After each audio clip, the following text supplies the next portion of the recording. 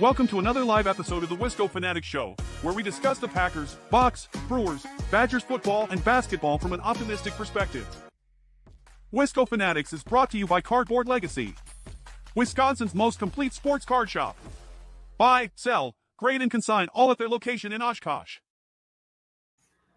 Alrighty, welcome back to the Wisco Fanatics Show. Now, there's a lot of stuff to get into today, especially as it pertains to the Milwaukee Bucks. So we are actually going to start on the Bucks today. Instead of starting on the Badgers like we normally do, Mike is still going to join us in a little bit to talk about the Badgers. But we are going to start with the Milwaukee Bucks. Now, the biggest piece of information here is the Milwaukee Bucks trading Khris Middleton and A.J. Johnson and a first-round pick swap to the Washington Wizards for Kyle Kuzma, Patrick Baldwin Jr., and a second-round pick in this year's upcoming draft. Now, we can dive into just the surface things. Now, the first, off the bat, Kyle Kuzma is younger by 3 years, taller by 2 inches, cheaper now by about $11 million. And his salary next year goes from $23 million to $21. And in the 26-27 season, his salary goes from $21 down to $19.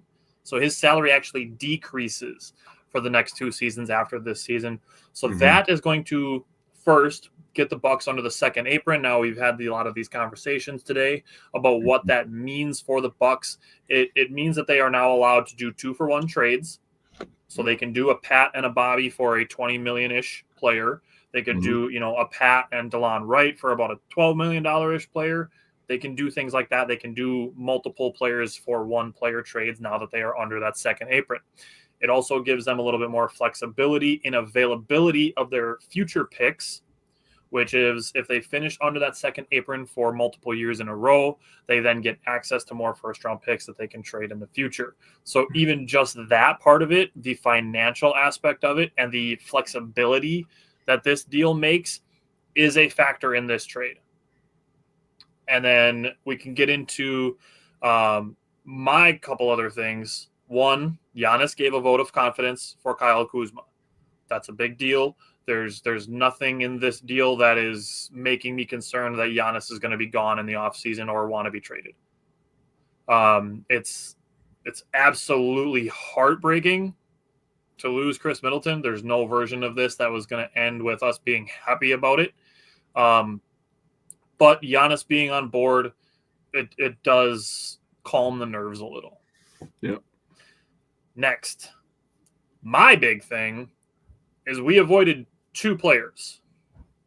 We avoided CJ McCollum, who I wanted no part of. He doesn't do anything better than Khris does, and he's smaller, and he's worse on defense.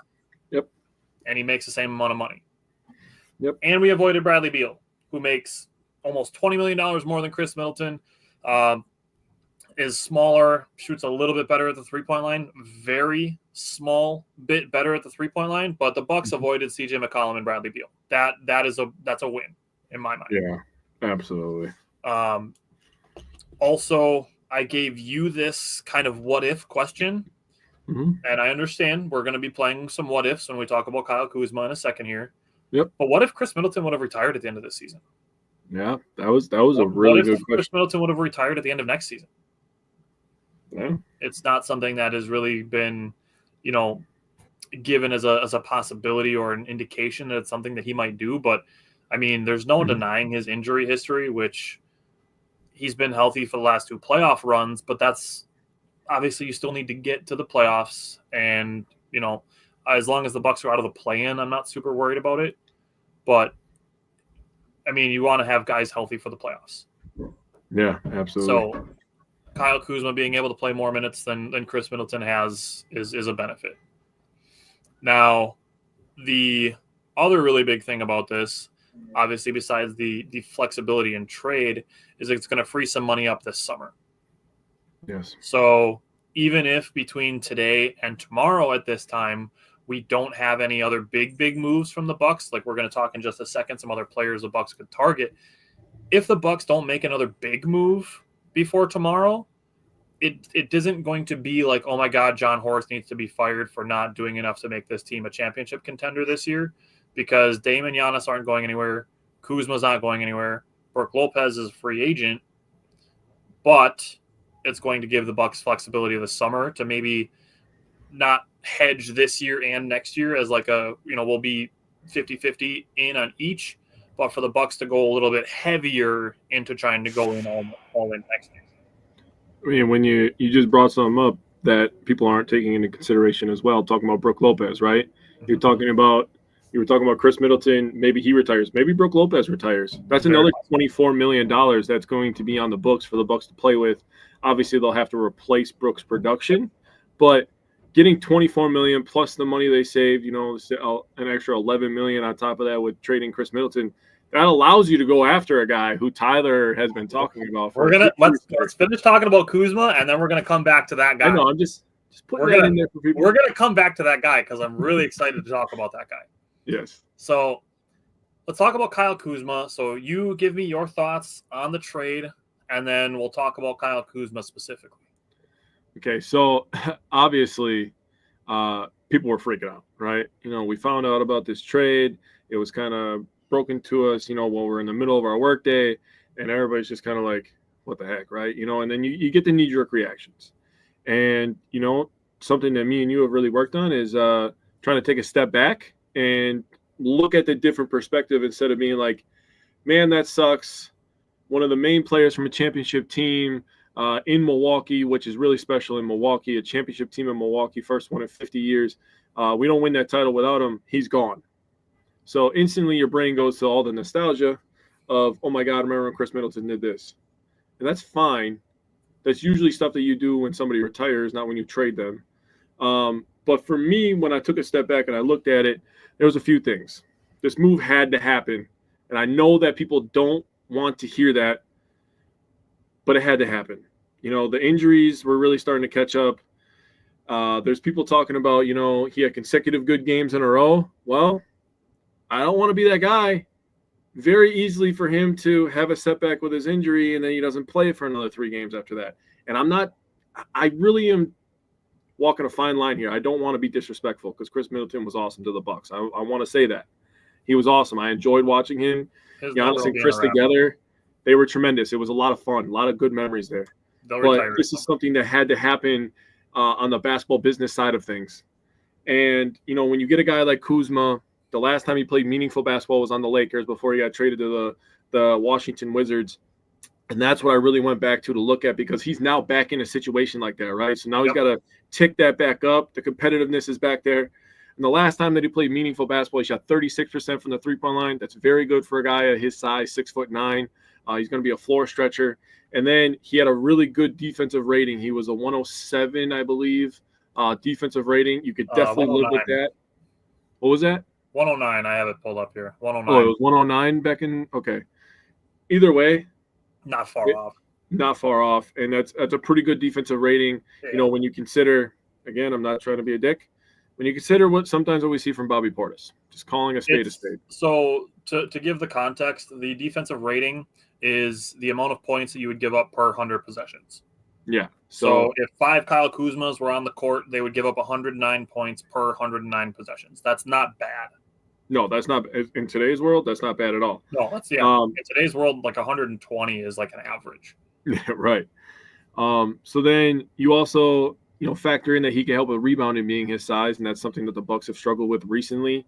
That's a great point. People were complaining about the Bucks not having size, like, oh, the Bucks don't have size, and not taking into account, which, I have some things to say about Bobby Portis' situation, by the way. Yeah. We didn't have Bobby Portis, who is one of our better rebounders, one of our more physical players. We'll talk about that in the games because there's some out-of-pocket stuff being said. Yeah. People were not taking into consideration missing Bobby and then talking about how we were small and we needed more big men. Well, the trade today, we gained a lot of size. I'll tell you that right now. If you were worried about us being small before, you don't have to worry anymore. A 6'9" and a 6'10" player on the way. Yeah. So it was a good trade for the Bucks. I actually liked it when I took a step back. I didn't like losing Khris Middleton, who is one of the probably 4 best players in Bucks history. Maybe he's up there. He's top 5, 100% for sure. Yeah, he may be in the Mount Rushmore. I don't know. Very, very, very possibly. Yeah, so that's just my little 2 cents on Kuzma. I think it was a good trade for the Bucks overall. Yeah. You bring up a good point with size. Patrick Baldwin Jr. is 6'9". You said maybe 6'10", but Yeah. Both guys are 6'9". Khris was 6'7". Yeah. So, that's the size thing is absolutely 100% a factor. Kuzma does actually have championship experience. He was with the Lakers when they won their championship in the bubble. Yes, it's a bubble, but still. You brought up his 3-point percentage that year in the 2020-2021 season. He shot 36%. That's right at the NBA average. Again, a 6'9" guy that can shoot, average from the 3-point line. His career percentage is 33%, which is slightly below average. But the thing to take into account is he's been playing in Washington for the last 4 years. Yeah. And before this year, he did not have Jordan Poole with him. Yeah. So, you're looking at Kyle Kuzma, Jordan Poole. Where else are shots being created? Yeah. That team is obviously a bad team for a reason. They need a lot of work. Right before the show, they traded Jonas Valanciunas to the Kings. So that is another thing that they're doing to create some potential future picks for themselves. Big Al said, in my opinion, I feel like we should have had more for Middleton. Maybe we should have gotten rid of Middleton for Dame instead of Holiday, looking back at it now. I don't agree, just because Drew and Dame are both point guards. Drew wasn't going to be playing shooting guard, in my opinion. And at that time, the Drew Holiday playoff numbers were too bad. Yeah. Like, there's no way of dancing around it. The 2 years that we played without Khris Middleton in the playoffs and Drew was needed to be the number 2, he was not that guy. Yeah. That was when we really missed Khris, and I think this last ankle surgery really kind of put the nail in the coffin with what we were going to do with Khris. It was time. The money and the production, it just didn't add up, man. And that's the business side of it, and it sucks. Yeah. As fans, it's hard for us to understand that sometimes, but it is what it is. Yeah. And I had been choosing to look at the per 36-minute Middleton numbers, just because I felt like that's what he was going to be like in the playoffs, which is why I focus on those so heavily, because that's what the Bucks are doing. They're aiming for the playoffs. But looking at Kyle Kuzma's numbers, you look at Khris Middleton's numbers. Khris Middleton's numbers looked better from percentages wise, whereas Kuzma's numbers look better as per game wise. So this season, Kuzma's averaging 15 points. Last season, he averaged 22. The season before, 21. So he's capable of being a 20-point scoring guy. He's only averaging 27.7 minutes this year as compared to 32.5 and 35 in the last 2 years. So if Kuzma's a guy who is able to give the Bucks, 28 to 35 minutes a game, that's a benefit. Now, one other thing that we haven't talked about here, and one big aspect of losing Khris Middleton, is obviously the chemistry. Yeah. Have we not talked about the building chemistry between Dame and Giannis this year? 100%. Quite a bit. Yeah. In my mind, the Bucks are betting on that. They really are. And we've seen it. So it's not like there's no foundation, or like we need to hope that Giannis and Dame can have better chemistry. Like, the chemistry got better, which allowed them to make a move like this. Yeah. So I understand the chemistry aspect. We've said it tons of times on this show ever since we started it, that Giannis and Khris share a brain. Yeah. We're starting to see those things happening between Dame and Giannis in year 2. Yep. Which, over the last summer, people were like, oh my God, Dame and Giannis aren't spending every weekend second together. How are they going to build any chemistry? By playing basketball together. Yep. So, as Wisconsin sports fans, we've seen Brett Favre traded. We've seen Aaron Rodgers traded. We've seen Drew Holiday traded. We've seen Devontae Adams traded. We've seen Corbin Burns traded. We've seen guys that were franchise cornerstones traded. There's no version of this that doesn't suck to lose Middleton, but hopefully we have laid out, enough of what the potential benefits are. And the biggest one in my mind is still that financial flexibility. So with that, like we said, the Bucks are now under the second apron, which means they can do 2-for-1 trades.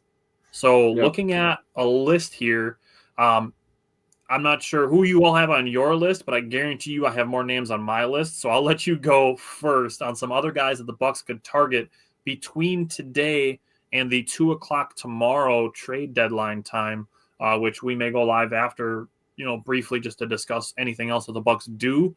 But who are some other names that you are considering for the Bucks to do here? Well, I didn't write down a ton of guys. I wrote down guys that I thought like made sense like this year to kind of go after. I wrote down Cam Johnson, John Collins, Andrew Wiggins, Marcus Smart, Bruce Brown, Lonzo Ball, Dylan Brooks, and DeAndre Hunter. Those are the names that I wrote down as guys that make sense to fill Chris's role. You have to fill a little bit of playmaking, which we've talked about a bunch of times. People didn't respect Middleton's playmaking enough. Nope. He did every once in a while get sloppy with dribbling the ball. It is what it is. You deal with it because he also hits a bunch of three-pointers. Okay. And he can have 8 assists in a game. Yes. But, thinking about a Cam Johnson, that guy can light it up, right? Thinking about a John Collins, a guy who can, rebound with anybody. He could jump. He's an athletic big, something they've been looking for, right? We've talked about that for weeks. Andrew Wiggins, Bucks have been linked to him the last 2 years. And the Warriors are reportedly interested in Bobby Portis. So there's a little bit of mutual there. Yeah. There's a guy like Marcus Smart, another guy the Bucks have been linked to for the last 2 years. A POA defender, point of attack for people who don't follow the acronyms in NBA. A point of attack defender that the Bucks have been missing since losing Drew Holiday. Bruce Brown, he's kind of an everything kind of guy. He could play defense. He just fills a role. He's like great value Marcus Smart. Yeah, great value Marcus Smart. Good, better way to put it. Lonzo Ball. Now he's kind of damaged goods, but when he's healthy, he's really good. The Ball brothers that made the NBA are actually Lonzo good. Doesn't get enough credit. Like we've talked about this in the couple of years that he's been with Chicago. Lonzo's a good defender. Yes. And out of all of them, like all of the Ball brothers, he's probably got his head screwed on the most straight. Yeah. His 3-point shot is disturbingly ugly, but he makes a decent amount of them. Yeah. So like it is what it is. Like it's ugly, but it works. It's the playmaking for me with Lonzo Ball. Being able to draw up plays as Dame is quote unquote the shooting guard, and having Lonzo make the pass is something that I really like. I really like the potential of a Lonzo Ball. I really like that idea actually. Yeah, and pick and roll with Giannis. He's a really good passer, and he can attack the rim. So, like I said, when he's healthy, and we dealt with that with Middleton. But what would be different with Lonzo Ball? If Lonzo Ball's knees hold up, he would be a tremendous get. Dylan Brooks, for obvious reasons, POA defender. We've been talking about that a lot. And DeAndre Hunter is probably my favorite name on the list. You're talking about Atlanta, a team who's done a really nice job at filling out the wing area of their team. And they got a lot of young studs over there. And DeAndre Hunter has kind of become disposable, in my opinion, now. Tyler brought up a good point. With the injury to Jalen Johnson, that's going to be tough for them to just be like, oh, okay, I guess we'll just lose 2 small forwards in one season. Right. But, thinking into the future, DeAndre Hunter, you want to get younger. You want to get more athletic. You need a guy who can score and get those tough buckets in the playoffs as the third wheel. I think that he could fill that role. In some capacity, he may not ever get up to the height of Khris Middleton. I'm not saying these guys will do that. But being able to do it sporadically from time to time when asked if they could do that, I'd be okay. And, DeAndre Hunter, he's a very similar play style to a guy like Taurean Prince. Yeah. A guy that we've, going into the season and at times this season have, described as could be like one of the free agent steals of this season. If the Hawks are looking at the absence of Jalen Johnson and being like, hey, we could use a power forward that can get us some points. Yep. Bobby Portis could be of interest to the Hawks. Yeah. I previously discussed maybe Larry Nance Jr. as a swap for Bobby Portis. So like these things can happen. We're not saying that any of these things are going to happen. Yep. Big Al said losing Middleton is tough for the fan base. He was originally part of the Brandon Jennings trade. Looking back at it, it was a good trade that kickstarted the Bucks rebuild. It absolutely did. It paired Giannis and Middleton together for over a decade. Through the hardest of hard times and through the best of times. Yeah. And that's what makes it so tough to lose a guy like him. Taylor said it would suck to lose Bobby. I feel we need to keep him. If they get a wing, I would agree with that, because I would like at least a 4-man rotation with the big men. Yeah, that would be nice. Yeah. But as of right now, getting a Kyle Kuzma makes him a little bit expendable, in my opinion. Exactly. That's the thing, is that Kyle Kuzma is not only going to give, power forward flexibility, it's going to make things a little bit easier for Giannis too, depending on who the Bucks are playing. Yep. Because he's bigger than Khris, so that does give the Bucks a little bit more positional versatility. Yep. Still not on board with Giannis playing center, which is why you're going to hear in these names that I'm going to bring up a lot of big men.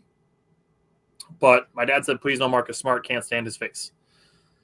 He was annoying as a Celtic, but he's not a Celtic anymore.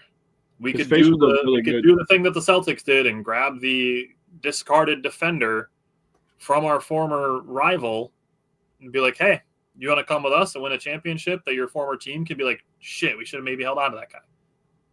Would his face look good under one of these? Yes, it would. I think I'd be okay with it. Yeah. And yes, Taylor, it would suck to lose Bobby. He's obviously, become ingrained into the atmosphere of games. If we're talking again the business side of it, and just the product of the Bucks playing their best basketball, I think there are guys that can help the Bucks more where they need it, and that's defensively. And Big Al asked, do you think the Bucks should trade away Brook Lopez? In my mind, they should consider it.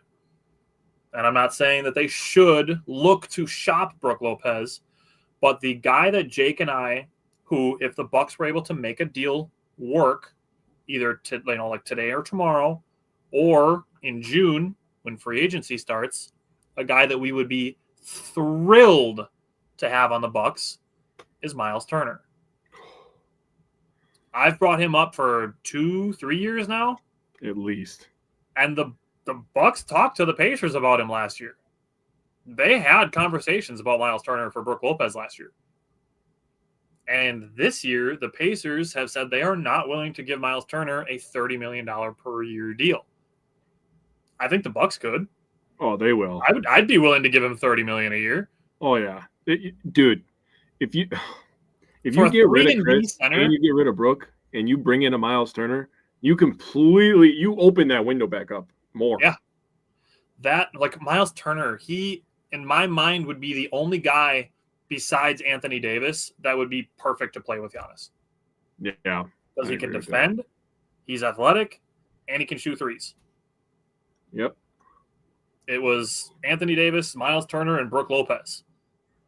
Now, the Pacers, they would obviously want Brook Lopez for the rest of this season for them to, go on their stretch run.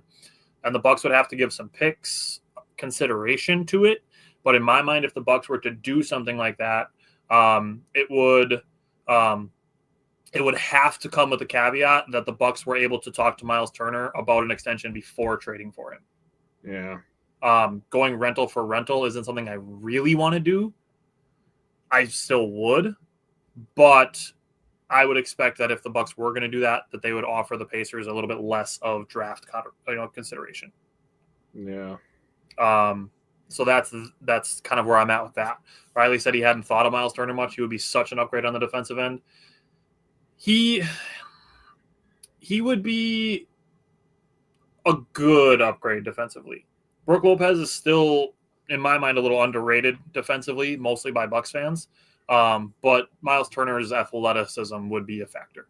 Big Al said any players that are unrealistic in trade talks for the Bucks that he would want. For me, it's KD.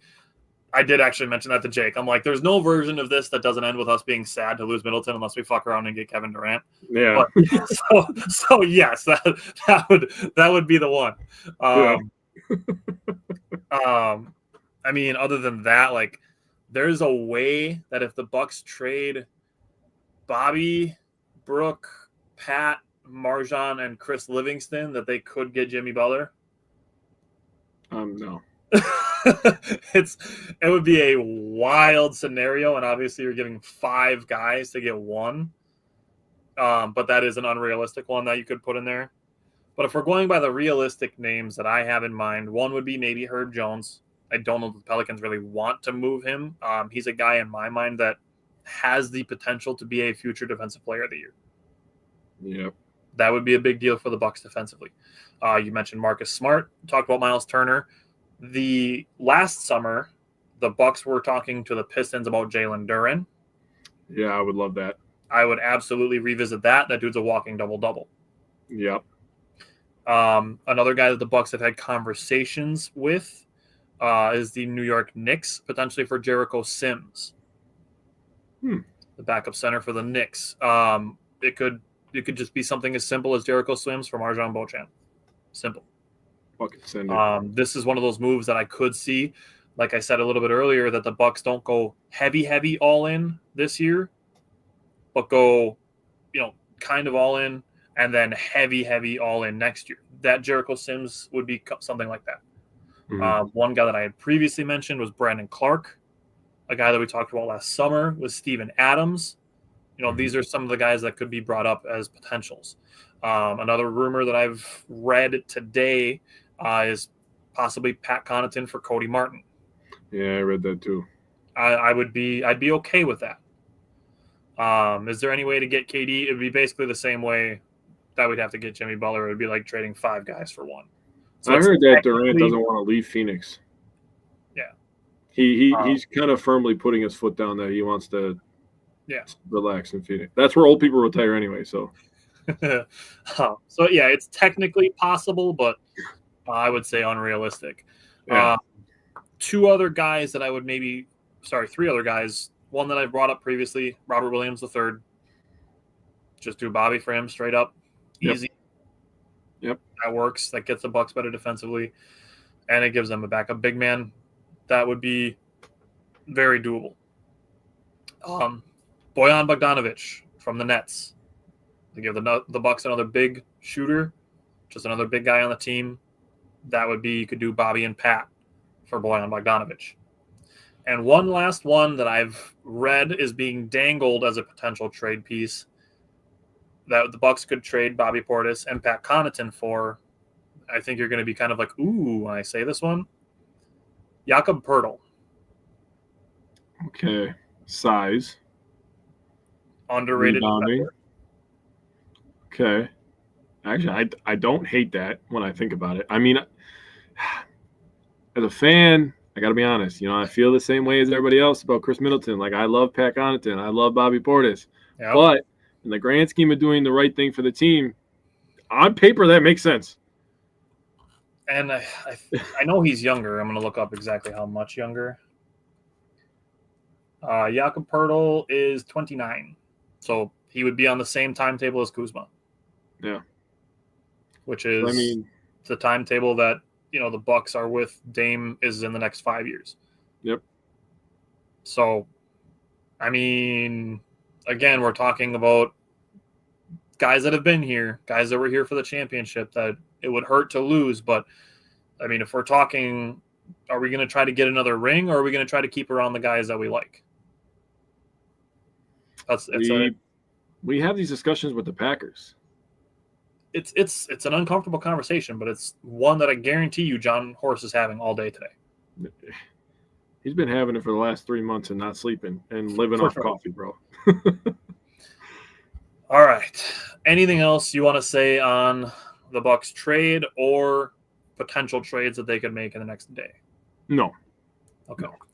We're going to run through these games that the Bucks played in the last week. They played at the Spurs, they played home against the Grizzlies, and they played at the Thunder. Going to the Spurs game, the Bucks didn't shoot well on the three-point line.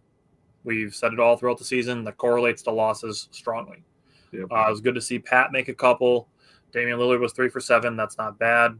Gary Trent Jr. kind of in a slump, was 0 for 3, and Ryan Rollins was 0 for 4. AJ Green returned. He was 0 for 2. It is what it is. Three-point shooting is going to be kind of how the Bucks live and die this season. We've seen it. The Boston Celtics are the exact same way. Yeah. They've been blown out by good teams and bad teams when they shoot poorly from the three-point line. Yep. They've also beaten people by like 50 when they shoot well. Yeah. It correlates. Only at 10 turnovers. That's not bad. 12 points allowed off those turnovers. That's That's good, but it is still efficient on San Antonio's part to turn those 10 turnovers into 12 points. I'm going to just leave the Khris Middleton part out. There's really no point in trying to sell the fan base on him anymore, so I'm just going to leave that out. Same with A.J. Johnson when we get to the Thunder game. Now, three big things. One, A.J. Green's going to be a little rusty. People are telling on themselves with their own inconsistency by not whining about A.J. Green scoring 0 points when they whined about Khris Middleton scoring 0 points.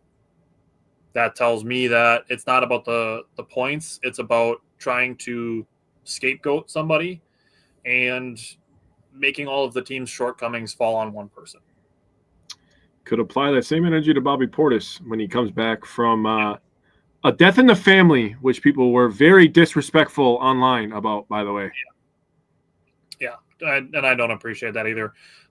If they say personal reasons, it doesn't mean that a guy's getting traded, nor does it mean that a guy is soft for not playing for personal reasons. Yeah, Bobby Portis' grandmother died. That's why he was out for personal reasons. Yeah, so if you had anything to say about him, respectfully, F off. That's how I feel. We are the type of people, we wait for all the information to come out before we, come out and say what we got to say. We did the same thing when Romeo Dobbs, not all the information came out, but all the information that was available to us came out. When he had his personal reasons why he missed games this last season. It is what it is, man. If he was having a mental health day, he's having a mental health day. That's just something that has to happen in this world today. Yeah. And Bobby Portis missing the last 6 games because of, his grandmother passing. That's a big deal. That's trauma that people have to deal with. He literally quoted in the quote, he said that was like his mother. That's a big loss. So you give him as much time as you need. And by the way, after I said that, that's exactly what Doc said after one of these games. And I was getting backlash by, 10, 15, 20 people. Oh, it doesn't say family reasons. It doesn't say family reasons. Yes, it does. Literally watch a game once in your entire life and then watch the post-game interviews. I promise you're going to find out a lot more about the Bucks than just looking at some box scores and highlight reels on YouTube. Thank you. That's my TED Talk. Next thing, Chris Paul giving major little brother energy. Oh, my God. You won a regular season game. Cool. We can tell you're still salty about having the Valley Oop done on you and losing a ring. Yeah. Still salty. It's been 3 years. You're still salty about that? Yeah. Still salty about getting dunked on when he tried to shove Giannis out of bounds while he was in the air and he dunked on you? Still salty about it, huh?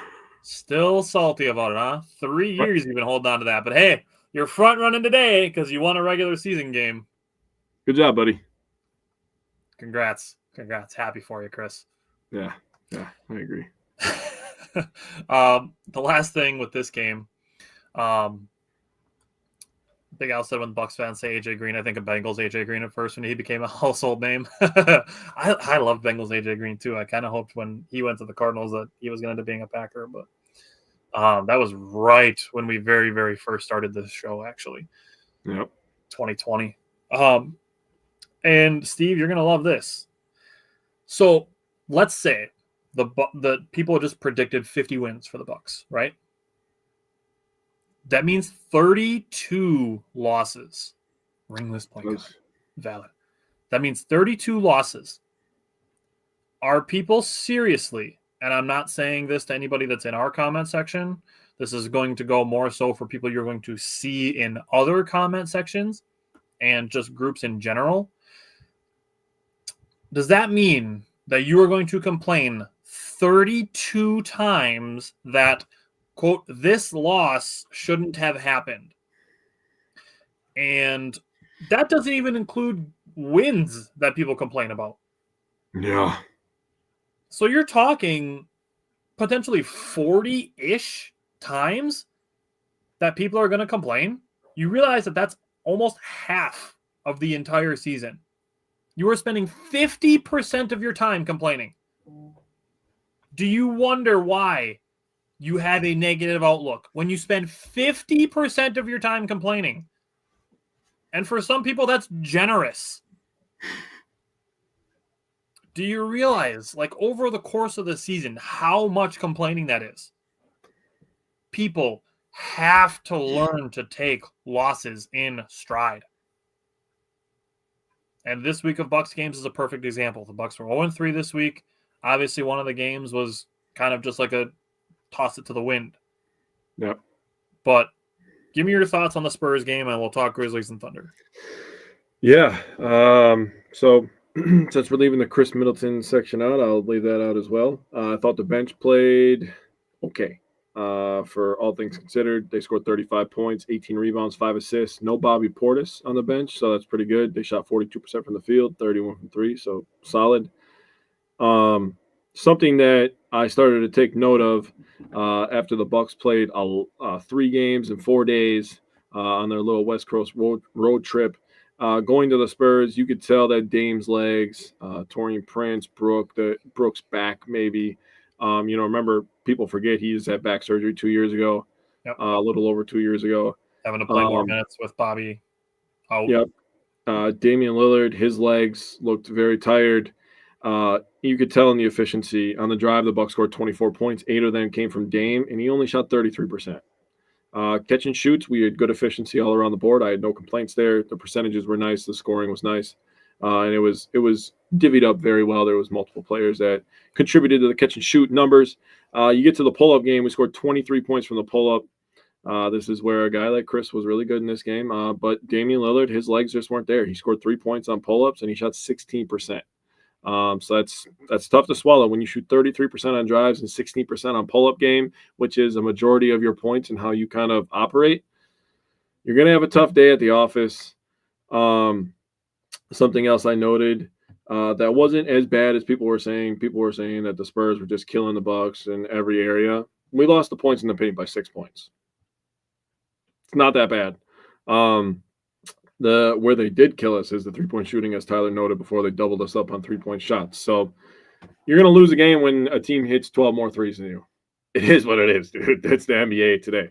Other than that, I mean, I thought the starters were pretty good. Didn't have as great efficiency from Brook Lopez as I would have wanted. I mean, 3 for 8, 0 for 3 from 3. When you play a guy like Wemby, you need your center to be able to hit threes to get him away from the basket. He blocked Giannis twice in the first couple minutes of this game, and Giannis kind of got his get back, and he was like, oh, okay, I can't just go off for a layup because this guy has arms that stretch from freaking sideline to sideline. I got to go up and power this top thing of the backboard without jumping. Right. So Giannis got his get back, and he had a really good game, 35, 14 and 6, 13 to 23 from the field. So good on Giannis. Dame's efficiency wasn't the greatest, but it is what it is, man. It's one loss. Yeah. Steve brought up a really great point as we're transitioning here from, unfortunately, loss to loss. And in the wins, no praise. Spoiled fans expecting greatness at all times. And that's why I'm saying what I'm saying here, Steve. And I know that you appreciate the way that we talk about this, which is why we appreciate you as one of our more devoted fans of our show. Is there has to be some form of understanding here. That's why I bring up if you're predicting 50 wins, you're also talking about 32 losses. You can't do, I expect every game to be won, because that means you are expecting 82-0. And I'm not saying you should go into a game with the expectation that the Bucks are going to lose this game, 40% of the time, but to just be able to accept that the Bucks or the Brewers or the Packers or the Badgers are not going to win every single game they play. And something that we have talked about, the other team has a say in it. That's how competition works. It's not just the Bucks or whatever insert team here gets to execute their will regardless of what the other team does. The other team has a say in it. That's what makes it competition. That's why we watch the games, to see who comes out on top. The other team has a say in how the game goes.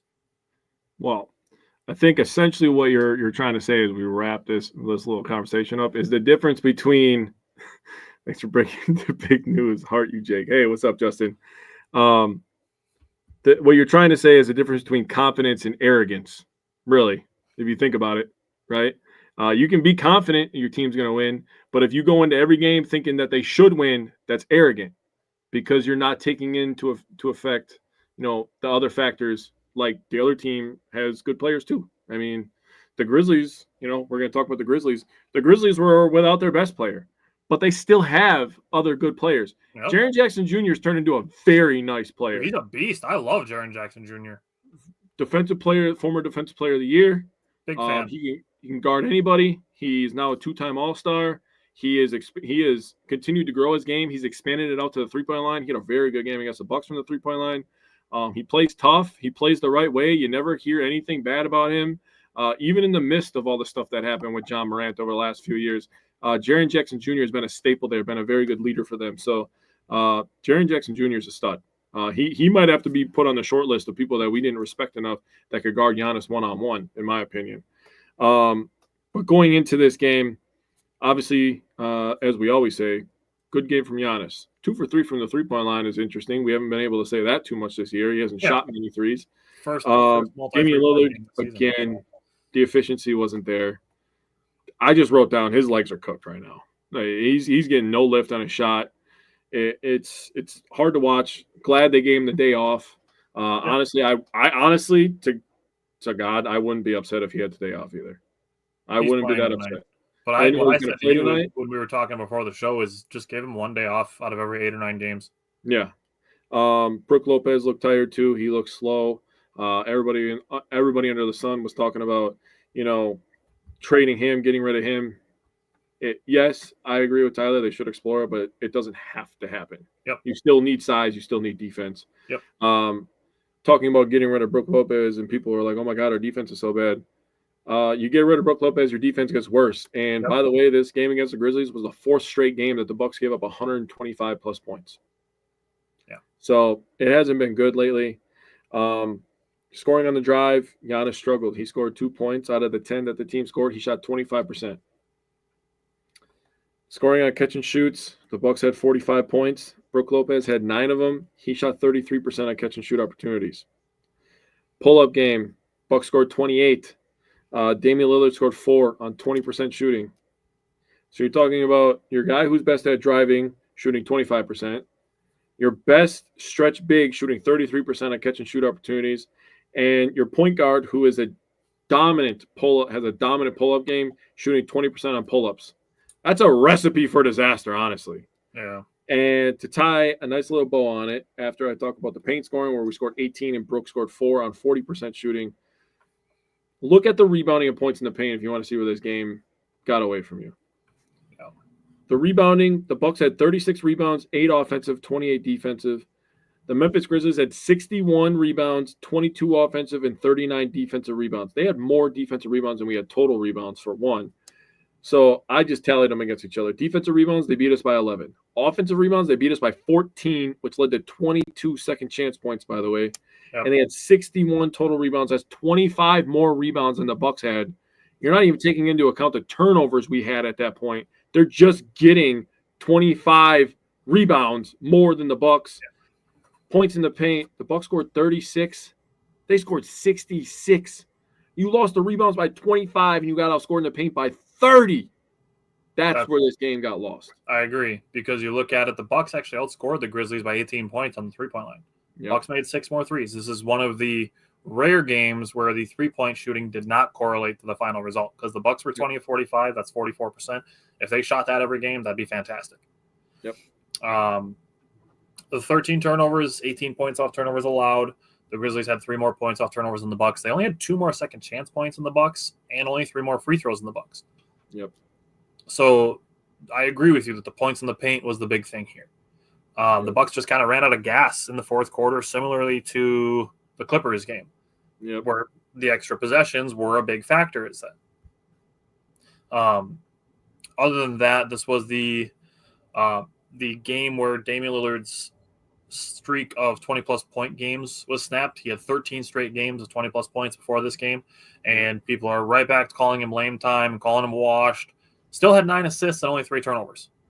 Yep.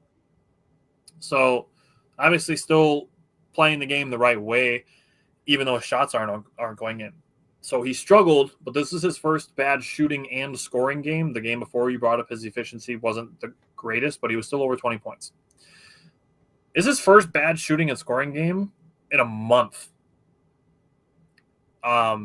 people just have to stop overreacting to a bad game, because if you look at his numbers this year compared to his career, kind of eye-opening. Yeah. He's averaging 25 points, 25.0, 4.6 rebounds, 7.3 assists, 1.2 steals, and 2.8 turnovers. His career numbers, 25.1 points, 4.3 rebounds, 6.7 assists, 1.0 steals, and 2.8 turnovers. So he is averaging 0.1 point less than his career, more rebounds, more assists, more steals, and the same amount of turnovers. Also, shooting 44.6% from the field, 38% from the three-point line, and 92.2% on the free throw line. His career numbers, 43.8, 37.1, 89.9. He is shooting better across the board from his career this season. Now, I'm not saying we are getting the best version of Dame, but we are getting an above-average version of Dame. This is how I'm going to put it. When it's time to go, Dame's going to go, okay? He's at that point where everybody gets in NBA 2K in your My Career where you're like, I'm not playing no more regular season games. F this shit. I want to play in the playoffs. That's what it's about for Dame. He's done shit in the regular season. He's shot all the threes. He's made all the big-time shots. He has one thing left on the resume that's empty. That's all it's about. That is literally all it's about. All this other shit that happens in December, January, February, it's all cute and stuff. The only thing that mattered was Giannis and Dame being on the same page. And that is exactly what we are getting. Yep. So miss me with all this bullshit about blah, blah, blah, we need this, blah, blah, blah, they suck, blah, blah, blah, they can't do this. When it's time to put up or shut up, and it's time to lock in, I trust having the duo of Damian Lillard and Giannis Antetokounmpo. I'm going to tell you right now, I trust that duo. Yep. That is a top 3 duo, no matter where you rank them. Yeah. So like I would rather have them. This is gonna sound a little crazy, but I would rather have that duo than Luka and LeBron. Today. Bar none. Luka and LeBron don't play any defense. Nobody in that duo plays defense. Same with Beal or KD. I mean, bro, you could have put Booker in there, and I would have still agreed with you because neither of them play defense. Only because KD's old. Is what I'm saying. I agree. Like Steph and Draymond, 100 years old. Kyrie and AD. Like there's not a lot of duos that are taking over Dame and Giannis as far as we're talking about trust. 100%. Steve and Bill both said really good things. Steve said scoring is up from the old school NBA. Can't give up extra possession to skilled players. Yeah. That's valid. That's why we are okay with the Bucks potentially moving Bobby Portis. You have to be able to defend and get stops. Bobby Portis is a good rebounder, but you have to be able to get the defensive stops before you get those rebounds. And then Bill brought up a really great point. Some people are always going to call Dame washed when he has a bad game because it's an easy excuse to point fingers at him. That's 1,000% true, Bill. He said, I'll take Dame all day, every day, and twice on Sundays over pretty much anyone else. People forget that he was a damn near perennial MVP candidate when the Bucks were looking to acquire him. Big Al said out of all the Wisconsin sports teams, which is going to win championships for me is going to be maybe the Wisconsin basketball team. I mean, they're going to have the first crack at it out of any of the teams.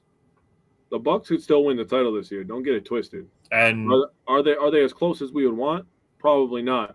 But the team that you're looking for the answer is the Packers. The Packers really aren't that far away. Yeah. And the lovely thing about being a Wisconsin sports fan is even though we only have one championship in the last 5 years and 2 championships in the last 15 years, all of our teams have been competitive.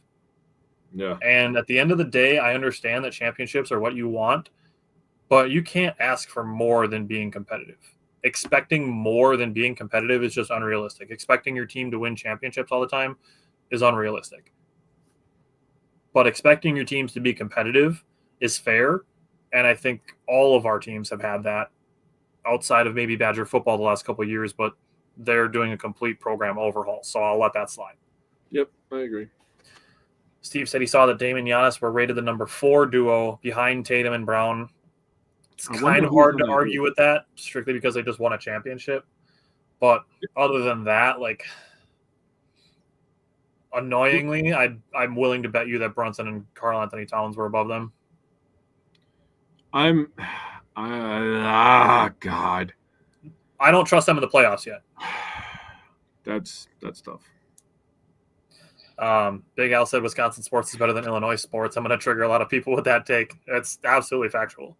Big Al, you're in the right place because we like to poke fun. Taylor said, what seed were we won the chip? Third seed. Number 3. They were don't remember our record. 50. They had 51 wins that year. Oh no, that year was shortened because of COVID. They only played 72 games that year. What was? Go ahead, keep going. And then the other thing that Brad said, Bobby doesn't like making the extra pass. Oh man, we've talked about this a lot. Bobby is made of energy, and the basketball finds energy. We've talked about Bobby just having to let the game come to him. We've talked a lot about that Bobby's got to trust that the ball is going to come back to him without forcing shots. So I understand where you're coming from on that one. They were 46 and 26. You were right. They 46. only played 72 games. Okay. So I was a little high. But as we go into this Thunder game, I was excited about how A.J. Johnson was playing. Unfortunately, he was included in the trade today, so I'm not going to go on a big thing with A.J. Johnson. Yeah. Now, the Bucks were resting the big 4. Livingston started at the 5, which made for very weird matchups. This game was also without Bobby Portis in addition to the big 4. And as Wisco fanatics, we understand that this game then becomes less about the final score, less about the win-loss, and more about playing the game the right way, building good habits. We've heard Giannis say that a million times. Early in the first quarter, I saw several lazy passes, unfortunately, by Ajax and by Ryan Rollins. OKC is not going to be like, hey, you guys are missing some starters. We're going to take it easy on you. They're not. You still have to make good, crisp passes. I saw a couple times where the Bucks just lost where SGA was. Can't do that. He's an MVP frontrunner this season for a reason. Can't lose track of SGA. And I saw a couple times where guys would drive and they were just trying to do the poke away thing. Yeah, that's lazy. That's not good habits. Not using the backboard when you're taking shots in the paint, especially from the side of the rim. Not getting back on defense. Like, those are the habits you got to build when you're playing games without your starters. Those are the things that if you're playing hard in a game like this, that could potentially earn you playing time in the future. The 2 biggest examples are AJ Green and Andre Jackson Jr. And Ryan Rollins. And Ryan Rollins. That's fair. He passed along right as the backup point guard. He did. So, we're back to, nobody's complaining about not playing the young guys anymore. Doc Rivers has been playing the young guys a shit ton this year. Yeah, he is. So I do really, really like Chris Livingston's potential for the future. Should he be in the Bucks rotation right now? No. Those things can be true at the same time. Play him extremely heavy G League minutes this year and see if he can crack the rotation next year. Yep. I think next year is the time. Very interested in him. Number 1 was LeBron and Luka. Number 2 was Jokic and Murray. LeBron and Luka, number 1 is weird. Offensively and playmaking, sure, but if we're going overall, bro, they're both bad on defense. And you know me, I'm a LeBron fan. Bro, they're both bad on defense. Yeah, they both. Jokic and Murray, they have a championship too, so I can understand that one. LeBron and Luka might lead the league in most times talking to the ref. That's going to be funny because it's true. I understand where you're coming from. The last thing I'll say on this game, I loved seeing Pat Connaughton out there with A.J. Johnson and Tyler Smith. You could see him pointing to them, telling them where to go, what to be doing, how to understand that stuff. Pat Connaughton making plays, directing traffic. Brad said LeBron and Luka both need the ball. That's accurate as well. But seeing Pat Connaughton out there with the young guys, I did appreciate that. He's obviously been here for 5 years now, so he knows the system and everything that they're doing, and the guys on the team. So seeing Pat out there directing the traffic with the young guys, I did appreciate that from him. We've said it plenty of times. His role got reduced, and he's been nothing but professional about it. Yep. So if the trade deadline comes and passes tomorrow and Pat Connaughton's still a Buck, I'm going to be okay with that. Yep. All right. What did you take away from the Thunder game? Yeah, so I'm going to echo something you said. I wrote down I respect Pat. Pat was out there being a leader, and I loved every second of it. And I'm going to take a step back, and I'm going to tell people this. I was seeing a lot of complaining online. Shocker, I know. And people were like, "Oh my God, what is this? The Bucks need to do some. We're losing by 50." Do you see who we are playing? We are throwing our summer league roster out there against a number 1 seeded Oklahoma City Thunder. Yeah, we're gonna be down by 50. Duh. Yeah, watch the game, not the score. I enjoyed watching this game because I didn't have any expectations of like, ooh, this can be a good game. The Bucks could go in. Maybe we get a Giannis, legacy game, and they come out and they win this game. No, it was gonna be the young guys. One thing I wrote down about Khris Livingston is I wrote down that he has an NBA body. He 100% has an NBA body. 1,000%. Yep. Once he starts understanding angles and he gets his handles up a little bit and he can get to the rim and drive to the rim bully ball style a little bit, he could become a player. Yeah. He's super long too. Like he's 6'7", and I think his wingspan is 6'11". Yeah, he's got potential. Yeah. And he's not afraid to let it fly. So I love that about him too. He's already has that mentality. So he just needs a little bit more, sawing off of the rough edges is how I'm going to phrase it. And let's talk about Tyler Smith here for a second too. He shot 3 for 10 from the 3-point line. Yep. If he makes one more, I'm very happy for him to be at 40%. I'm really good with that. Yep. I just want to talk about a couple Tyler Smith possessions here. So this first one is him defensively.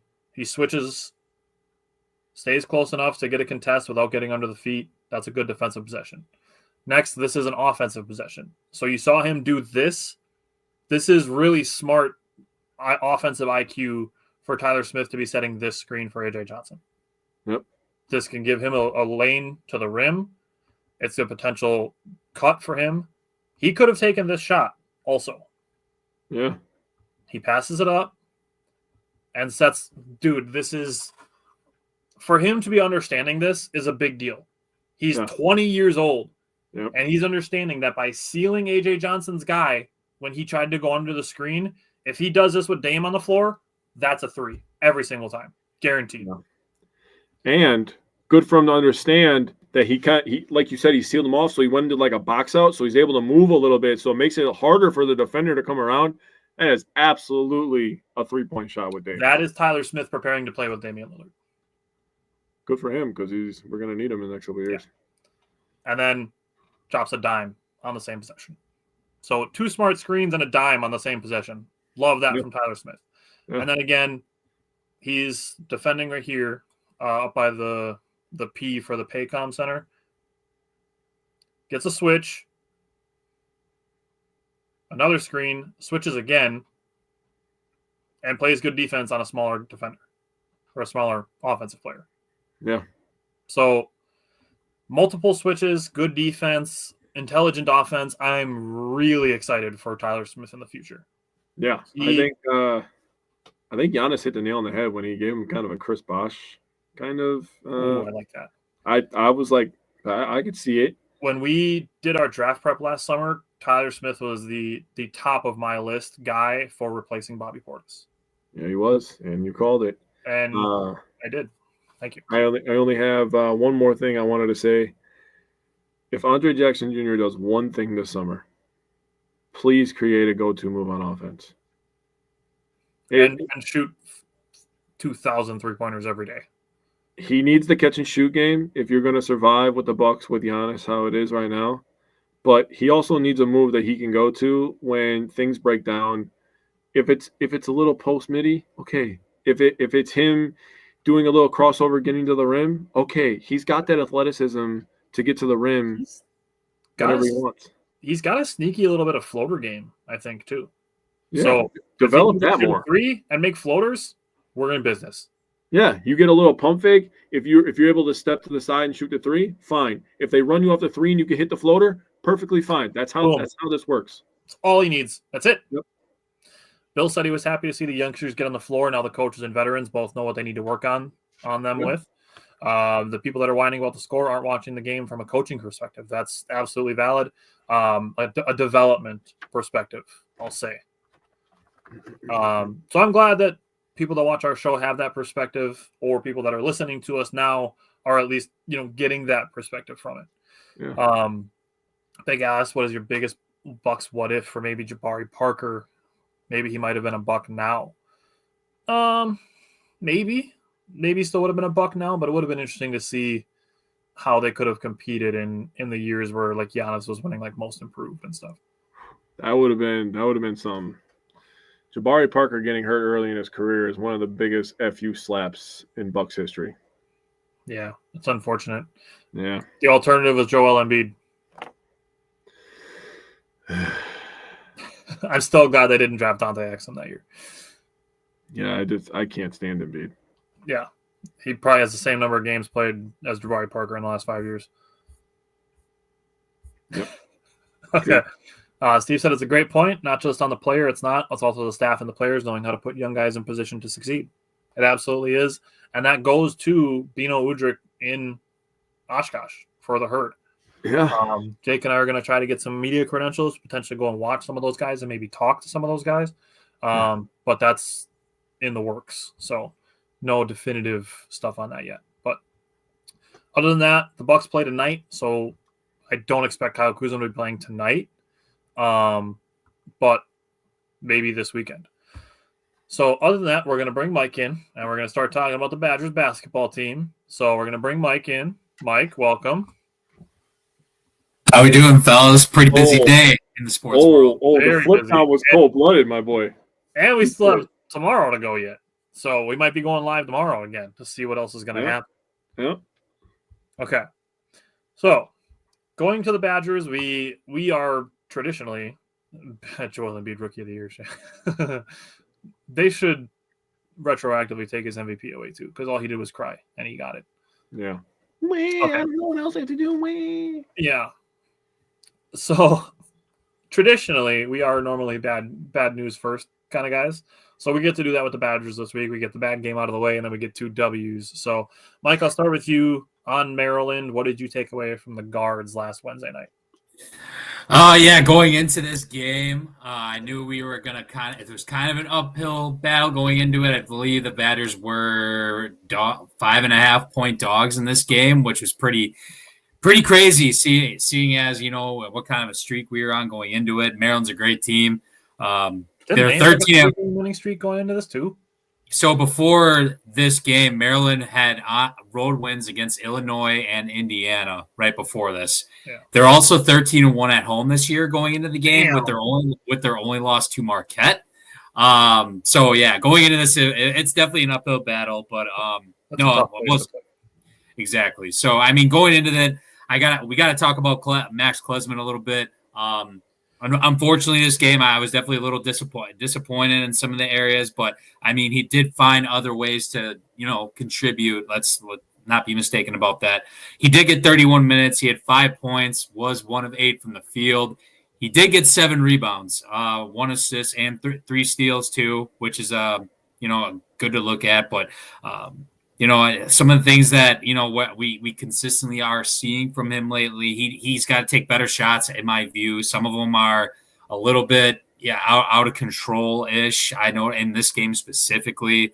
And I thought in this game, he did get mixed up in a handful of rotations defensively, which did lead to some threes by Maryland, who ended up shooting 12 of 24 in this game, 50% from 3. It's pretty hard to beat teams when you're giving up 50% from 3. So, but again, I go back to, in this game, if there's any positive outlook with him, he's finding ways to still, contribute to the team. 7 rebounds, that's definitely no joke, especially as a guard.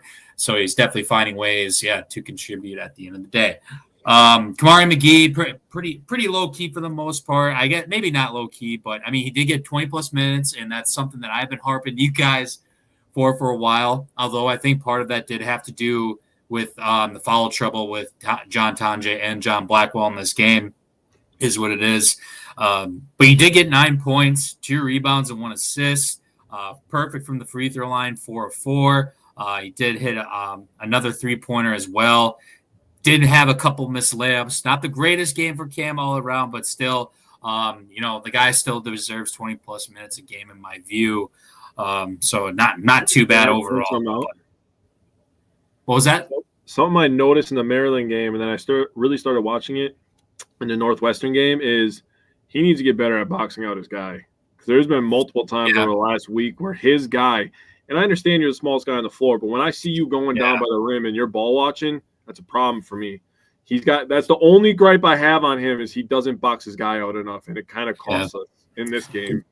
Yeah, last night he did that too. Now you say that, I'm like, yeah, he did. A couple second chance points, but I mean, and then definitely as a game as a whole, my main takeaways.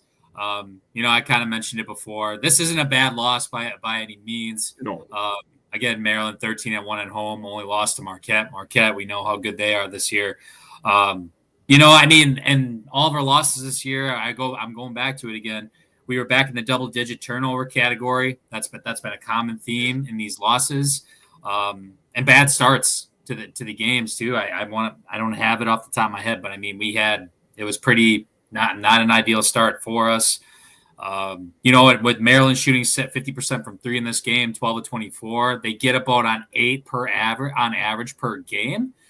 Specifically shooting 7 of 11 in the second half. So they just decided to go unconscious in that second half.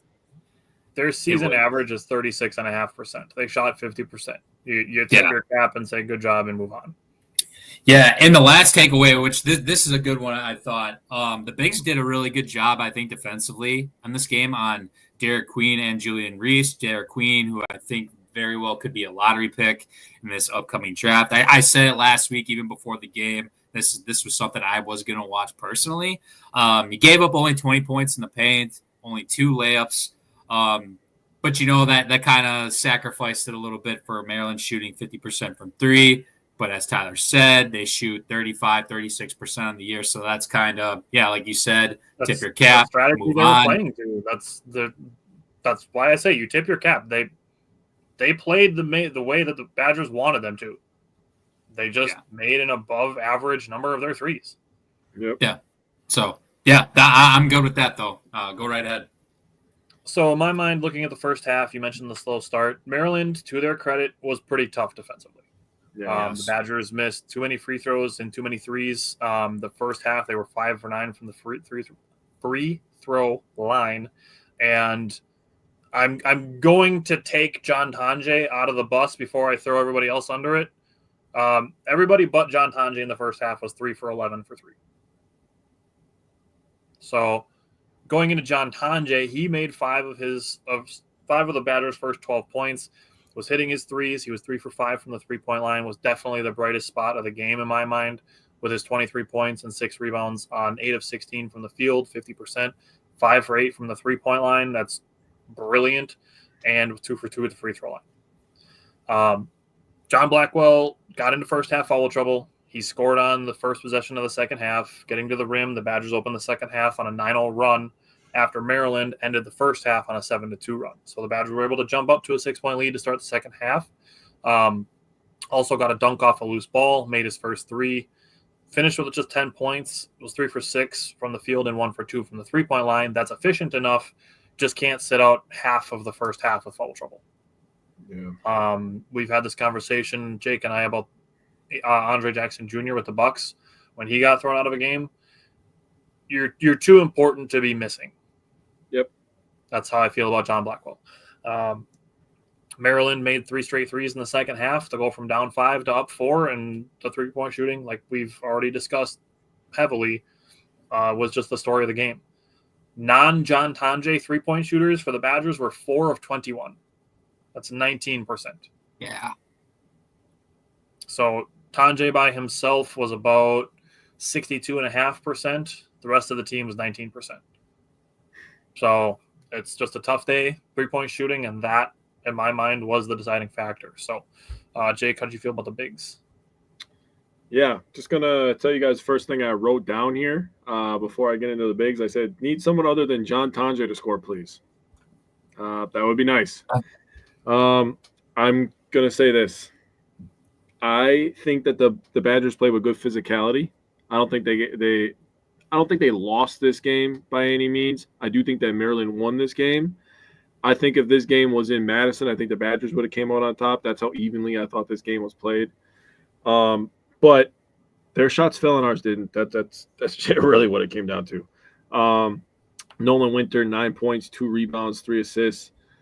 Yeah, 1 of 3 from 3. So the thing I'm going to say about that, he's shooting it with confidence. That's all I care about at the end of the day. He's pulling that thing with confidence. His shot is one of those shots to me that always looks like it's going in.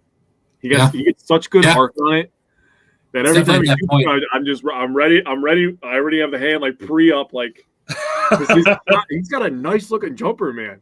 Yeah, it just looks like it always is going in. I'm like, oh, it's smooth. But I thought he was okay. If you take a step back and you're not upset about the loss, this is a good thing for young guys to be in this situation. Now, he's had big-time games, he's played the NCAA tournament, he's been around all that stuff.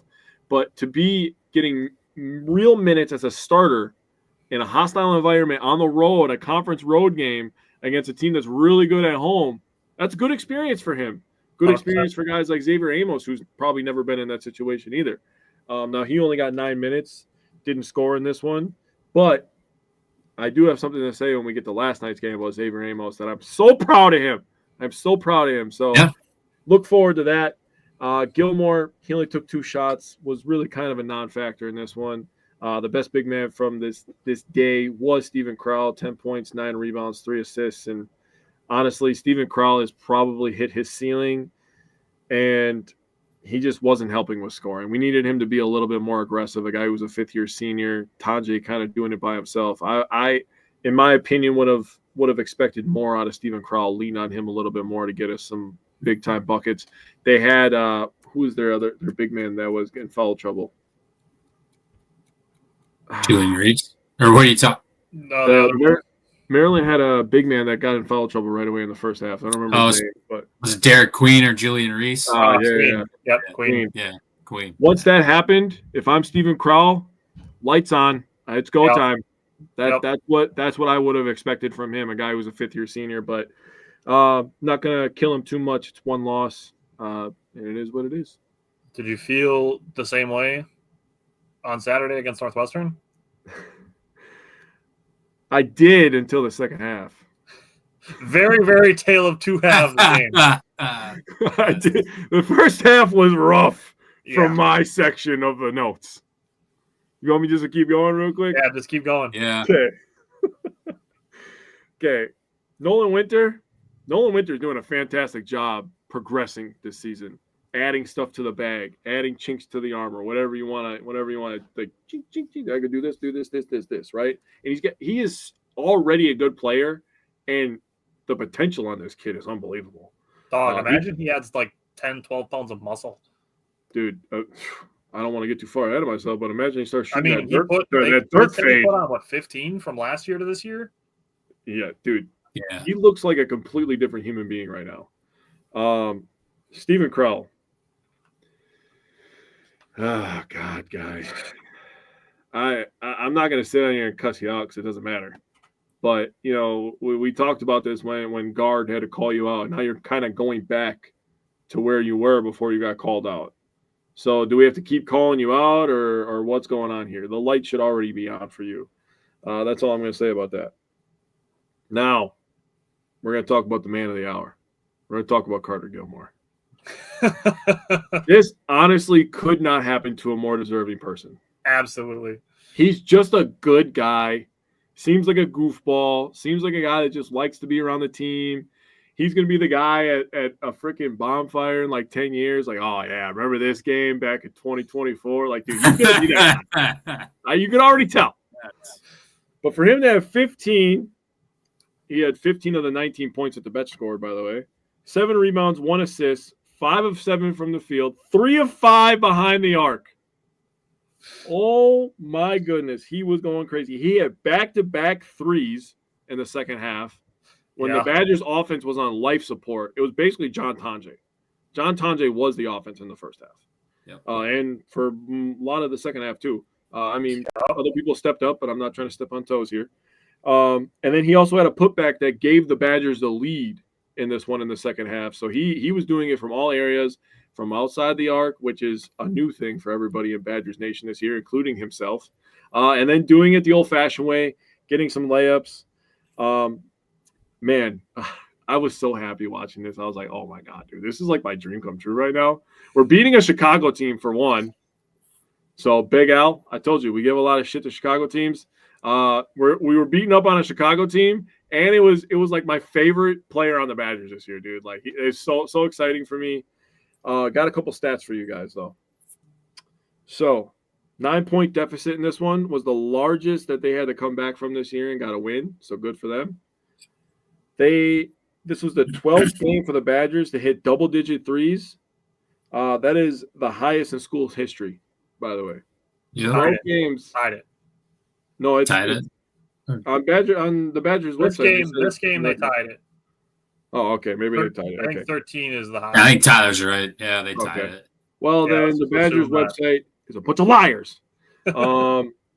But this one I think is true as well. Over the last 30 games, the Badgers are 29-1 when holding their opponents to under 70 points. They only allowed 69. Nice. They're 12-1 this season. So 29-1 when they hold their opponents under 70 points. So that might be the magic number. That might be the magic number. Steve said, Nolan, welcome to Culver's, a Wisconsin favorite. Brad said the best part about Gilmore is his teammates are just so giddy for him. I mean, we've been fans of Gilmore for multiple years now just because he's a dirty work guy. Yeah. That's what we appreciate about Carter Gilmore. So, like, when Jake says that there's nobody more deserving to have a game like this than Carter Gilmore, I agree. He's been the dirty work guy. Who is a walk-on this year, by the way. He's not on scholarship. Not on a scholarship. That's valid. That's crazy, bro. Yeah. Anything else you wanted to say about the Northwestern game, Jake? No, I think I got all my thoughts out. I might be missing some. No, go ahead. All right. I'm going to talk just about Blackwell and Tonje, and then I'm going to come back to a couple more broad things after Mike talks about the guards. But looking at John Blackwell, he was the one to be able to get the lid off the basket when Northwestern was off to an 8-0 start. He scored the Badgers' first 5 points. Now, unfortunately, those are the only 5 points that he scored. But this was the second straight game that he was dealing with foul trouble. Now, what I'm going to say for both of these next 2 games is John Tonje has shown don't sleep on the guys that we know that can ball. Yeah. Blackwell was carrying the load while Tonje was kind of going through a weird slump. And now the opposite is happening because John Tonje, goddamn, hit a 3, made 2 technical free throws, hit another 3 to tie the game at 15, hit another 3 for the lead. At one point, he scored 16 straight points. Yeah, he was on one. Yeah, That is wild. 16 straight points is insane. Second half, hits a tough fadeaway against Northwestern after an and one that Northwestern just had on the other end. No momentum. And then gets another tough bucket after Northwestern just had back-to-back scores to get the lead down to 7 points. Also hit 2 clutch free throws. Every time Northwestern did something that made it seem like they were going to be able to grab some momentum, John Tonje is just like, nope, slams the door back shut. He made the tough baskets. He made the clutch baskets. He made the to carry the team in the first half baskets. John Tonje did everything offensively for the Badgers this game. Yeah. Yeah. And he finished with 27 points, made 5 threes for the second time in as many games, and had 2 rebounds and 3 assists. Tonje is balling. Yeah, so he was hooping, bro.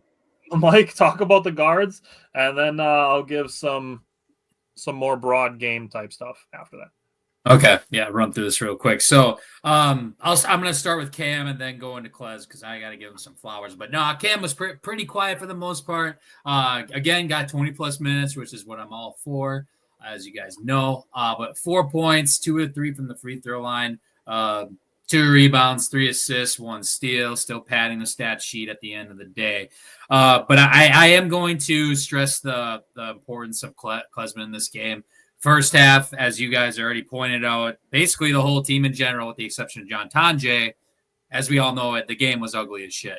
If Tonje doesn't do what he does in the first half, we're staring being down double digits in this game, and we're basically on the verge of getting blown out at Northwestern without their best player. We were favored 4.5 going into this game, even without Barnheiser. I thought we were gonna cover this with easily. But I should know better at Northwestern. It's a house of horrors, whether it's basketball or football, as we know.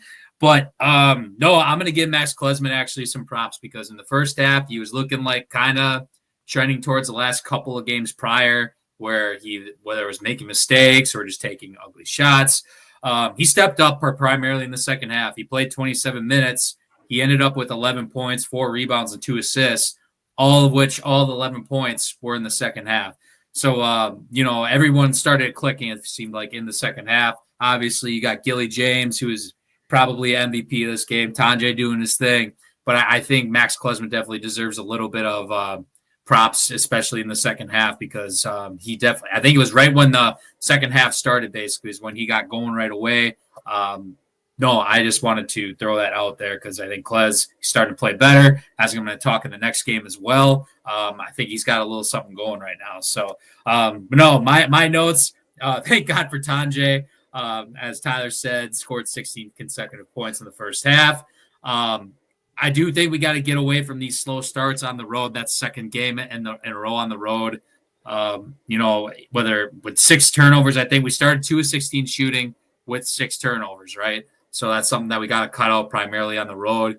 We're staring going on the road right now at Purdue, at Iowa specifically on Saturday, and then we're at Michigan State for sure yet. So that's something that we definitely got to clean up. And then, Gilly saved us from not only losing 2, but maybe even losing by double digits. Props to him. As you guys said, I don't think there's anyone that's more deserving. We need to find more players like him. Although it's going to be pretty hard to come by now with the portal and whatnot too. So I'm hoping, going forward, we can find those in-state kids, whether you were a walk-on transferring over or, just finding them in-state and going on scholarship, just finding kids that represent the W at the end of the day. And or grabbing some underappreciated guys from other programs. Yeah. And finding those guys like a Carter Gilmore, Kamari McGee that have put their time and effort into the program. Yeah. I guess you could say Klezman too. It's his 3rd year with the program. Sure. But just representing the W at the end of the day and just realizing how much it matters to them. Yeah. Steve said, see that Tonje is a nominee for the Big O Award. He is. He is named on the Oscar Robertson Award watch list. So that is awesome. Justin said, evening, guys. Hope everyone's doing well. We're doing decent. And then Big Al said, Kamari McGee, the former Green Bay Phoenix. He's a Badger and Green Bay college basketball team fan. So, yes, Kamari McGee, and Mike's talked about it at length this season, the improvements that he's made, especially from the three-point line. Now, the big things as far as the team is concerned, Mike mentioned the slow start numbers, but looking at the first half specifically, 9 first-half turnovers. That's like a game total number that we'd like to see for the Badgers. And they were 8 of 28 from the field. That's 28.6%. I literally wrote in my notes, don't expect it to continue. The Badgers scored 25 points in the first half, and the interior defense was really good, similar to the Maryland game. But the perimeter defense, and I said this to you guys, they had to do a better job of getting through screens. Yeah. And the second half, that stuff kind of continued until Carter Gilmore hit those back-to-back threes. Northwestern was up 42-35 until the Badgers went on a 22-10 run. My biggest thing, and this goes credit 100% to Greg Gard, the Badgers defensively started switching screens. That took Northwestern out of their offense, and the Badgers started getting stops when they did that. Yeah. It's something that people aren't complaining about as much anymore, but we need to go from not complaining to giving credit to what Greg Gard is doing. This is a much, much, much better basketball team than we've seen in the last couple of years, which is really saying something because we've had some pretty decent teams. Yep. But this year's team right now looks like a 4 or 5 seed in the tournament, which they've been. But this team has the upside to do anything when they're playing at their best. And Greg Gard is making in-game adjustments that are affecting the final score. They get a couple road wins. They can mess around and be a 3 seed, bro. They could. They really could. Easily. Purdue, Especially if they beat Michigan State down the road. Yeah. Absolutely. You got Oregon coming in. You get Purdue's number 7 right now. They go to Purdue and beat Purdue at number 7. They're moving into the 3 line, dude. That's a massive. No, there's plenty of opportunities. Oh, yeah. 100%. Plenty. Second half, they shot 14 to 25 from the field. That's 56%. They essentially doubled their efficiency, and they doubled the number of points that they scored. 25 points in the first half, 50 in the second half. So, again, 1 half does not define you. Like we said, tale of 2 halves with this game. Absolutely what it was. Doubled their point total from the first half in the second half. And they only turned the ball over 1 time in the second half. That's a really good point, too. Good call. 1 turnover. Okay. So let's go to Indiana, and let's talk about that game. Michael, let you start with the guards. Can I throw out some stats that absolutely trash Indiana real quick? Is that okay? Oh, every time. Kai Cook? Okay. I've probably harped on you guys so many times since I've done this podcast. Indiana should no longer be a blue blood in college basketball. Yeah. I've harped on this. I put Indiana basketball and Nebraska football in the same conversation. They are utterly useless in today's era of this sport with football and basketball. The Badgers have now won 21 straight games at home at the Kohl Center. Do you think a blue blood school should be doing that? I think not. The last time Indiana won at Wisconsin, the year was 1998. Who was the coach for Indiana at the time? I'll give you a guess. 1998. Bob Knight? You are correct, sir. Bobby Knight. That was his last Big Ten game he ever coached when Wisconsin beat him. The number 1 movie in the box office in 1998 was The Titanic. You're not doing this right now. I'm sorry. I'm sorry. I just cannot stand Indiana fans one bit that think that they are a blue blood school. My dad gets this is per an Evan Flood report. This roster, so to speak, costed Indiana $5 million. Whoa. $5 million. Yeah. Right? You know what the Badgers is? No. Under 3. Probably not even. Yeah. It's stupid. Yeah. Yeah. It's shit. All hail John Tange. Yeah. Exactly. It's been 84 years. I will get into the actual game now. I could still go on, but we absolutely punched these dudes in the mouth. I could not have been more happy. I just like it. I'm going to fast forward really quick in the press conference after the game. Nolan Winder was interviewed just in general about the team and the conference, how you guys are picked to finish 12th. He said the team saying was chatter don't matter. So hey. I love that comment. I wrote that down. I made sure I wrote that down because I might have to use that for myself sometimes just in life in general. But I'm going to give my first props in this game to Max Klesmit. I think you could argue that he was the player of this game, honestly. Very effective on both sides of the ball, in my view. Came out, hit 2 threes right away. Although everybody hit a 3, you get a 3, you get a 3, you get a 3. But no, it was awesome to see from Klesmit specifically because we've talked about it. His shooting percentages haven't been the greatest this year. We need him to get that going. But he ended up with 13 points, 6 assists, 3 steals, 1 rebound in 25 minutes of play. You couldn't really ask too much. He did take a couple questionable shots, but then again, watching the tape, it was kind of winding down and shot clock some of those shots, so he had to kind of force it up. Yep. But I wanted to give props to Klez. I think he's got something going here in the last game and a half. So I'm looking forward to even going to Iowa this Saturday. Hopefully he can keep his shot going there. Kamari McGee doing what he does best, stat stuffer. He did get 19 minutes this game, 9 points, 3 rebounds, 1 assist. Just extremely consistent. I'm going to throw a random stat here too real quick. This is a Kamari McGee and Carter Gilmore stat. So Kamari McGee and Carter Gilmore are now a combined 32 of 56 from 3.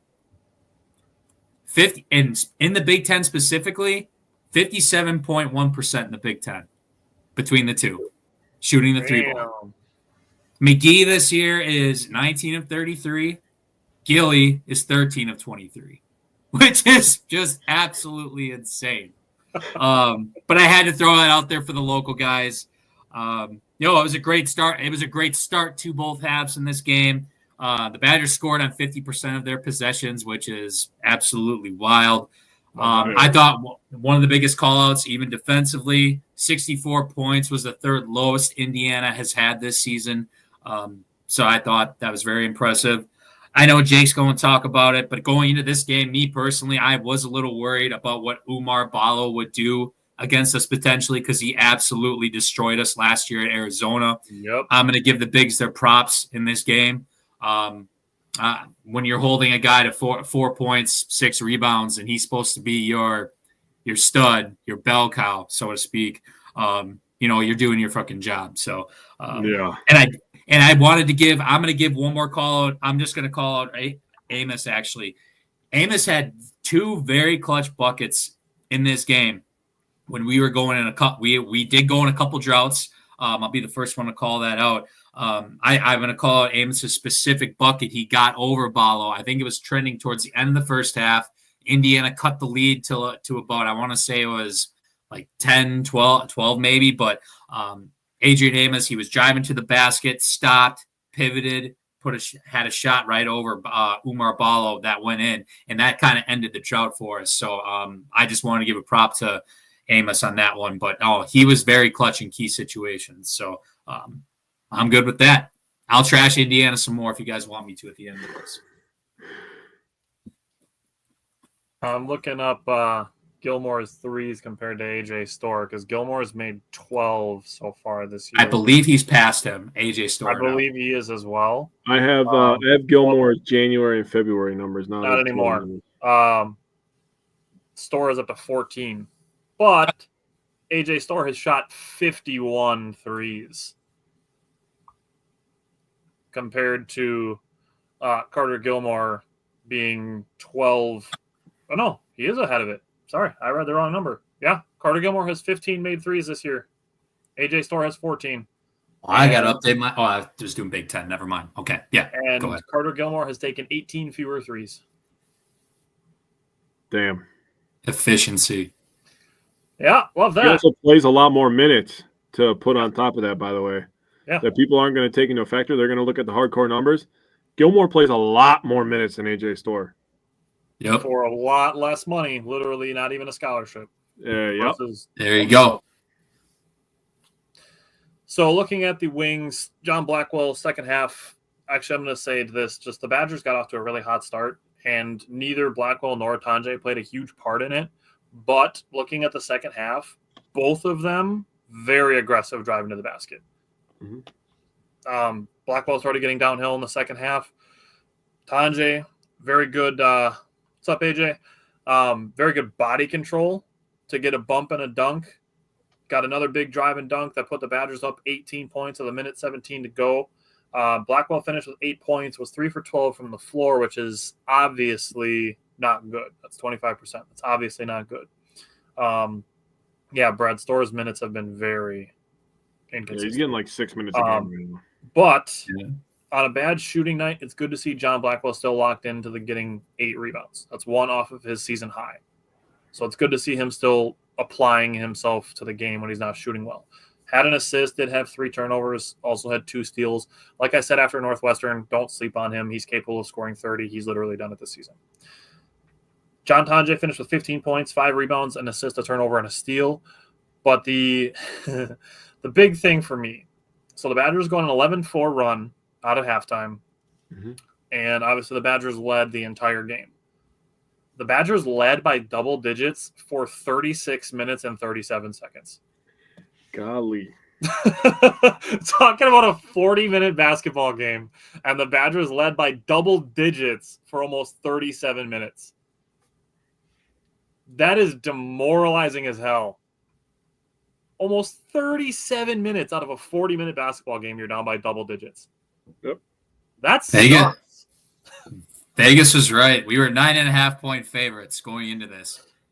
Even I thought that was a lot. Turns out they were right. I don't know how, but they were right. It's because it's all rigged, Mike. That's why. Vegas always knows, Mike. Vegas always knows. Oh, dude. I've been on the negative end many times with that. All right, Jake, how did the Bigs do against Indiana? All right. So, first of all, thank you, Mike, for calling that out, because the first thing I wrote down was the post defense was fucking elite. And I wrote down the word fucking elite on my paper, by the way, because it was good. It was very good, in my opinion. Now, next thing I want to talk about is Dirk Nolan Winter. That was disgusting. Yeah, I laughed like a small female child when that happened. I said, holy shit, he just did what? Oh, my God. That was disgusting. 5 of 7, 2 of 3 from 3. Again, shooting the three-pointers with confidence. I love it. I love it so much. This is the next step into his game. He is going to be a filthy, disgusting monster next year. I'm just going to call it right now. Dude, if he takes another step, like between freshman year to sophomore year, from sophomore year to junior year, he could be an 18-point per game scorer. He could be like an 18 and 10. I was going to say 18 and 8, 18 and 9. I could definitely see that. With a block and a half. Yeah. Now, talking about Steven Crowell, he didn't score much. He did play good defense. On top of playing just good, regular, old-fashioned good defense. He also had 2 steals and a block, so good for him. 3 points, 3 rebounds, an assist, 2 steals, 1 block. He only took 3 shots. So you're not going to score a ton taking 3 shots. Just going to put that out there for people who are complaining about him scoring. He took literally 3 shots. Yep. I'm going to talk about Gilmore, then I'm going to talk about Amos because I want to give him some credit.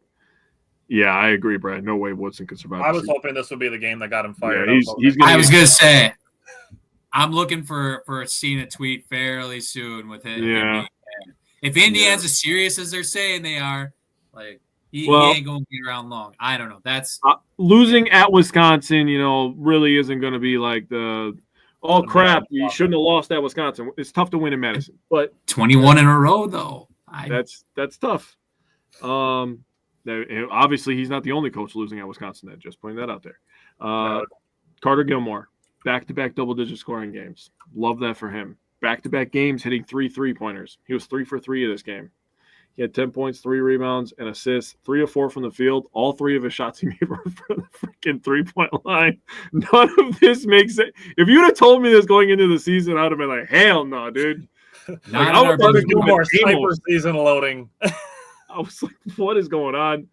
I wrote down his January and February numbers. This is Carter Gilmore. He has 51 points, 30 rebounds, 12 assists, and 4 blocks since the start of January. He has shot 18 of 32 on field goals. That is 56%. And he has shot 11 of 18 from 3. 11 of 18, bro. Is this Steph Curry? My goodness. That is filthy. That's like 60%. That's 61%. Damn, that is filthy. This is your probably your 7th man, I would say, because Kamar McGee's probably the 6th man, because playmakers and people who could ball handlers are going to be above post players usually. Now I got to talk about Amos. I want to talk about the growth of Amos. He had some nice post moves. Yeah, he did. And I was like, hell yeah, you're getting Wisconsin-fied, boy. Coming in, we're teaching you how to play old school post. He came in as a guy who was kind of like a tweener, right? Was he on the wing? Yeah. Was he a big man? He's kind of got the body to play both. He was shooting some threes last year at Northern Illinois. So for him to learn post moves and show good strength and good footwork down low, I was like, the footwork is the biggest thing in my mind. I was like, oh yeah, this guy, this year is really for him to get acclimated with Madison, get him coached up, get him with the Wisconsin program. I think next year will really be a year where he's going to etch out, some real playing time. I think that he could – I'm not going to say he's going to be a starter, but he could be an important person off the bench next year. I was just going to say he'll have a shot at being. He'll have a shot. It could He'll be Amos Winter down low. I could see it. But I could see them keeping him on the bench and being like the main big off the bench. Yep, I could see that too. Yeah. Alrighty, so the Badgers only have one game between now and next Wednesday. They play Saturday at Iowa, so we will have one Badger game and 4 Bucks games next week. Jake and I may go live again tomorrow, depending on if the Bucks make more moves. Otherwise, we might still go live, talk about maybe some buyout candidates, because there is still likely to be other trades made in the NBA that involve some teams that are just going to trade for some guys with some salary, which is just another one of the benefits of the Bucks being under the second apron, is that they can sign players that go up to the mid-level exception, which is about $12 million. So the Bucks will be able to sign anybody that makes less than $12 million that gets bought out, versus only being able to sign guys from the veteran minimum. So just another benefit of the Middleton trade that we didn't actually talk about before. So maybe Jake and I will be back tomorrow. Other than that, we will see you guys again next week. Thank you, everybody, for commenting along. We appreciate it. We will see everybody next week, and go Bucks. They start in about 20 minutes. So, definitely not expecting to see a Kyle Kuzma tonight, but maybe Friday. So we'll see maybe when Kuzma makes his debut. But other than that, don't expect the Bucks to be done, and hopefully the Badgers can get another win between now and next Wednesday.